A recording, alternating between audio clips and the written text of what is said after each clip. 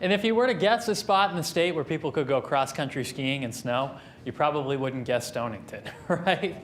It's usually the part of the state that gets rain and a mix in these storms, and in this case, it actually is the jackpot. So good afternoon, everybody. If we can switch the radar over to Max 2, we'll be able to show you a bigger view of this storm right now, and we'll get into a little bit more detail. But on Max 2, want to show you that at the moment. The darker blues that will show up are indicating where some of these bands are really setting up. And actually, we'll show you one right here. It's in the Waterbury area at the moment. A little burst of snow popping up here. It's been interesting. There has been a couple of these bursts that have developed around Route 8, and actually another one that looks like it's forming over on the New York border. If we can switch over to Max 2, I'll be able to show you more of this too. There we go. Thank you very much. And look here in eastern Massachusetts right now. These are the really heavy snow bands. Snowfall rates of 2 to 3 inches per hour. Now earlier today, some of those really intense rates did make it into eastern parts of Connecticut,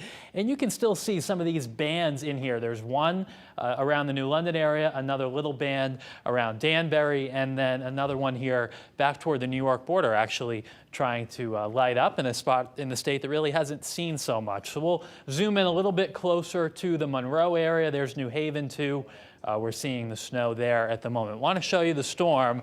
Big nor'easter offshore. If you've been with us, you've heard us mention how this storm has been bombing out, undergoing rapid intensification. And the difference between this high to the north and the storm itself, generating a lot of wind and cold too. The temperature has been dropping ever since the snow began. Here's a look at the visibility right now. Quarter-mile Windsor Locks, Hartford, Chester, Groton, New London. And in a lot of cases, this isn't just snow falling, it's the snow that's on the ground that's being picked up by the wind, and it's blowing and drifting.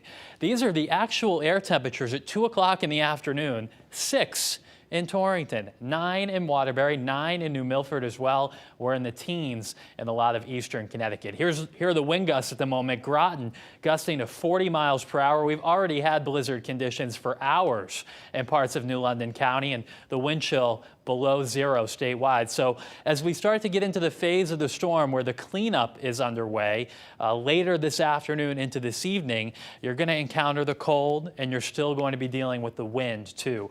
As we talked about, a blizzard is officially 3 straight hours of wind gusts of at least 35 miles per hour, visibility a quarter mile or less.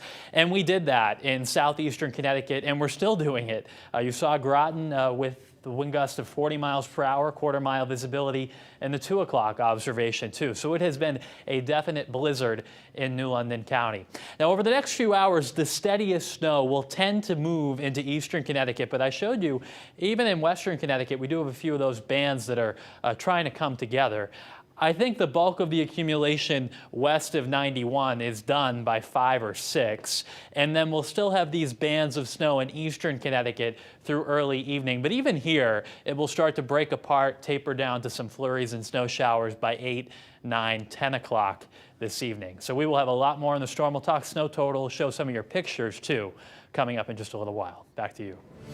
All right, thanks, Brian.